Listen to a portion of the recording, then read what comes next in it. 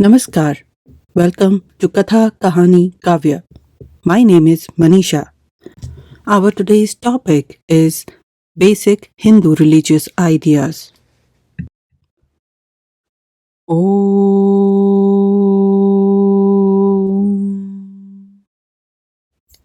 Sanatana Dharma, Part 1, Chapter 6. The worlds, visible and invisible. The world around us, which we can see and hear and touch and taste and smell. Science tells us of many parts of this world which our senses are not keen enough to perceive, things too small for our eyes to see, too subtle to affect any of our senses. These parts of our world which we cannot perceive but about which science tells us are still physical, although invisible to us. They are parts of our world. Physical matter includes solids, liquids, gases, and ethers, all made up of atoms of the same kind. But we have heard of other worlds, which are invisible and are not a part of this world. The worlds into which people go when they pass away from this earth by death. We read of the Triloka, the three worlds, and everyone should know something about these, for in these three worlds the jiva is bound to the wheel of birth and death, and in these his evolution proceeds. These three worlds are made at the beginning of immense period called a day of Brahma, and perish at its ending. Four other great lokas or worlds complete the Brahmand, but they last on through the life of Brahma. We need not deal with them here. There are also some subdivisions within the great lokas to which the same name of loka is given, such as Pretaloka and Pitraloka in Bhuvaraloka, and Indraloka and Suryaloka in Swargaloka. The three great lokas with which we are concerned, the Triloki, are Bhurloka, the physical world, or the earth; Bhuvaraloka, the world of becoming, intermediate between the earth and Swarga; Swargaloka, the heaven world. Of these three, Bhurloka is partly visible and partly invisible to us. Bhuvarloka and Swargaloka are invisible. In Bhurloka, the Prithvi Tattva is the basis of all forms. It exists in 7 modifications: solid, liquid, gaseous, radiant, etheric, superetheric, and atomic. These later 4 are spoken as the ethers. In Bhuvaraloka, 7 similar modifications exist, but the basis is the Apas Tattva. In Swargaloka, there are also 7 similar modifications, but the basis is the Agni Tattva. The jiva has 3 sheaths corresponding to these worlds: the Annamaya Kosh, the Pranamaya Kosh, the Manomaya Kosh. The Annamaya Kosh, or food sheath, so called because it is built up out of the food we eat, corresponds with the visible part of the earth and is composed of solids, liquids, and gases. The Pranamaya Kosh, or Prana sheath, corresponds with the invisible part of our earth and is composed of ethers. Prana, the life energy, and includes all the forces that science calls magnetic and electrical, but is much more than these. Both these sheaths are connected with Bhurloka. The Manomaya Kosha, mind sheath, has 2 parts.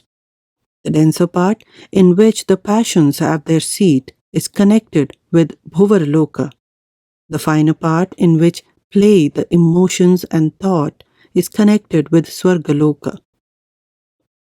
Other names are used for these sheaths according to the object for which the classification is made, but the student need not become confused by these, for as he advances, he will find that his increased knowledge makes him quite intelligible. We will only notice three names very commonly used. The Sthula Shareer or solid body is the same as Annamaya Kosha, made of solids, liquids and gases.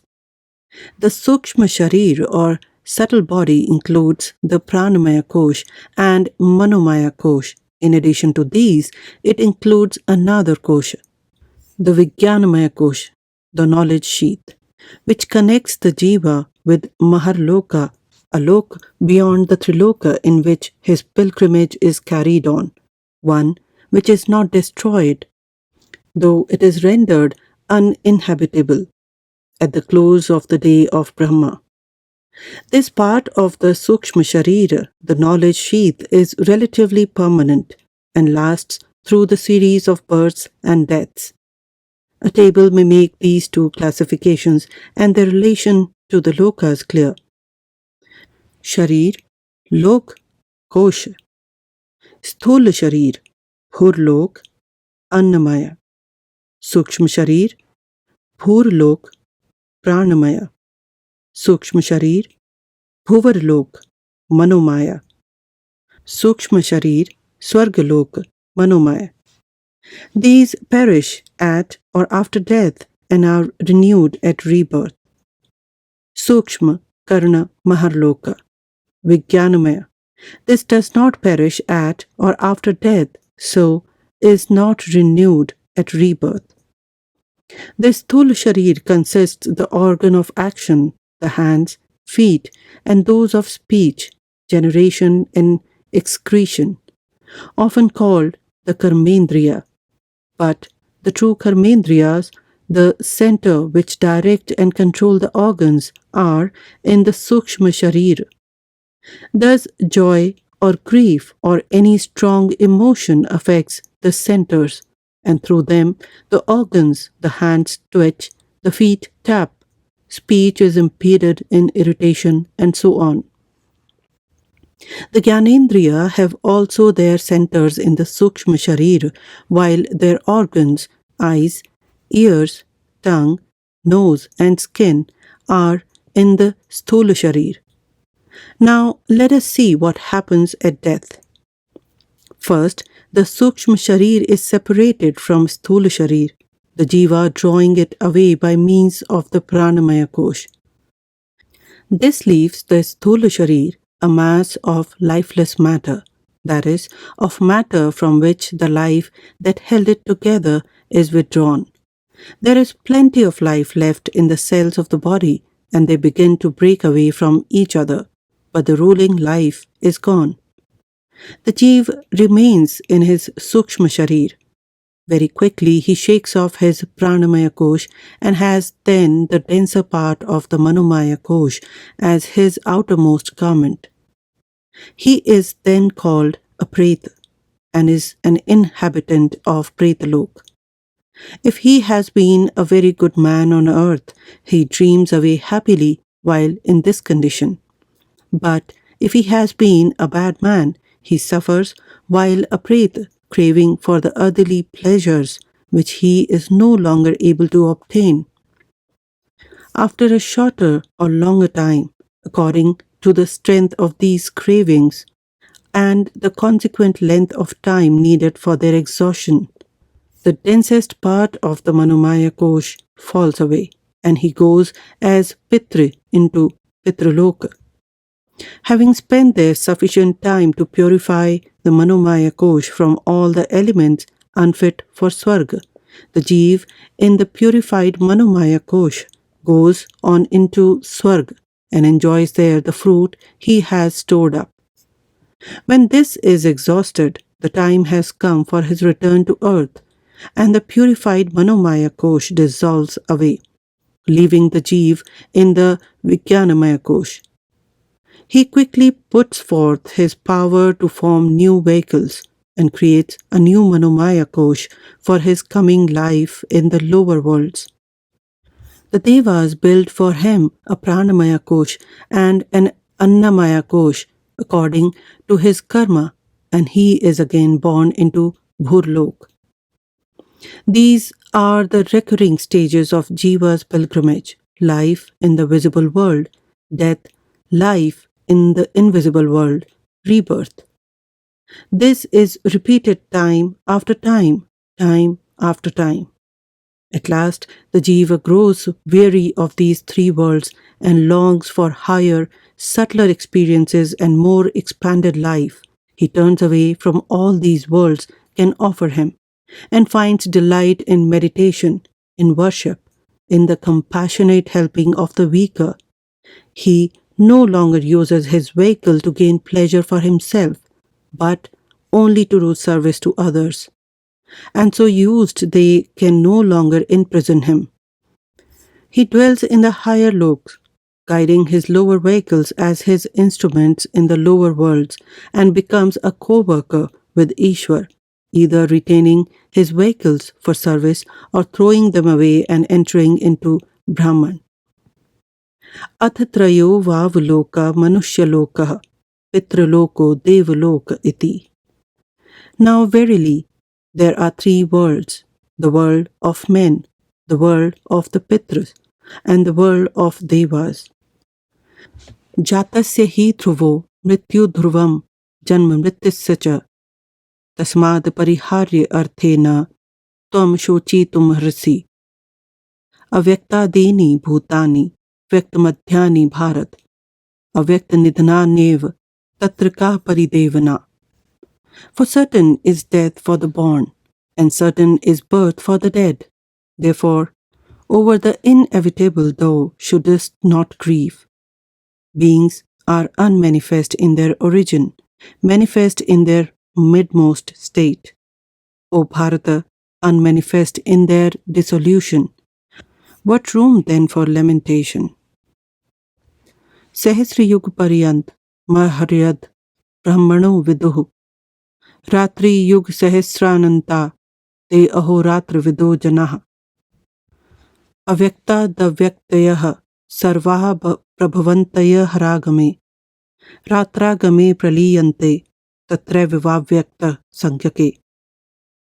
The people who know the day of Brahma, 1,000 yugas in duration, and the night, 1,000 yugas in ending, they know day and night. From the unmanifested, all the manifested stream forth at the coming of day. At the coming of night, they dissolve, even in that called the unmanifested. Travidyamam somapaha putupapaha yagyarištva swargadim prarthayante. Te punyama sadhya surendra lokam ashaninti divyan divi deva bhogan. Te tam bhuktava swargalokam vishalam ksheene punye mrityalokam vishanti. Evam trayo dharma manu prapanna katagatam kama kama labhante. The knowers of the three Ved, the Soma drinkers and purified from sin, worshipping me with sacrifice, pray of me the way to Swarga. They ascending to the holy word of the Dev Indra enjoy in heaven the divine feasts of the Devas. Having enjoyed the spacious Swarga world, their holiness withered. They come back to this world of death. Following the virtues enjoined by the three Ved, desiring desires, they undergo this passage to and fro. Bahunam janma namante jnanavanuman prapadyate Vasudevah sarvamiti sa mahatma sudurlabha. At the end of many births, the man full of wisdom cometh unto me. Vasudeva is all, saith he, the Mahatma, very difficult to find. Om